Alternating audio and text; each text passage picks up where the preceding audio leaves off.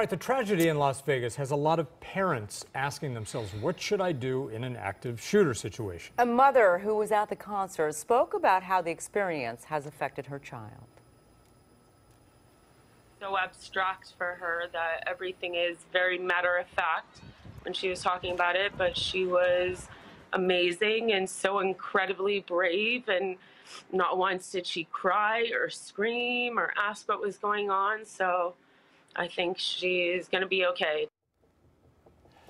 You know, parents really can't help but think, what would I do if this kind of thing happens and I have my kids with me? That's right. The Fab Mom, Jill Simonian, is here with some advice. Jill? Good morning, you two. I hadn't heard that sound from that mother before, and I got emotional right now watching it. So pardon me, but yeah, that is the big question. And in my particular circle of friends, we were talking about it all this week, and I ended up finding something that I found unexpectedly helpful, and I wanted to share it. This week, an article from the site motherfarfromhome.com made huge rounds in parenting groups on Facebook. I shared it on my Facebook page. It went around. The piece is titled, What Every Mom Should Know in an Active Shooter Situation.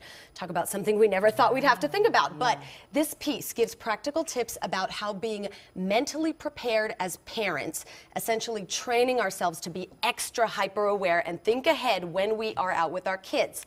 Facts always help me, so here are some facts. An FBI report from 2014 says most active shooting situations last about 2 minutes and are over in about 10 minutes, meaning we as parents have to think fast. But the hitch in all of this is that as humans, we are hardwired to freeze out of fear and shock, and we automatically follow herd mentality when we're scared, meaning that we do whatever everyone else does if we don't have a plan in place. So, experts agree, for parents especially, plan an escape before we need one. In the movie theater, at the concert, at the restaurant, sit by the exits, know where the exits are. Don't sit somewhere where you're going to back your family into a corner. True. We always have to look for options to get away and get out as fast as possible. FBI also cites 3 choices in active shooter situations for anyone. The choices are run, hide, fight, in that order. But for parents with kids, there's really only one option, and that option is to run. Plan how to handle all of your kids at one time. Also, if you have little ones. For instance, I have a 5-year-old and a 7-year-old. My plan would be to pick up the 5-year-old, grab the 7-year-old by the hand, and run with her.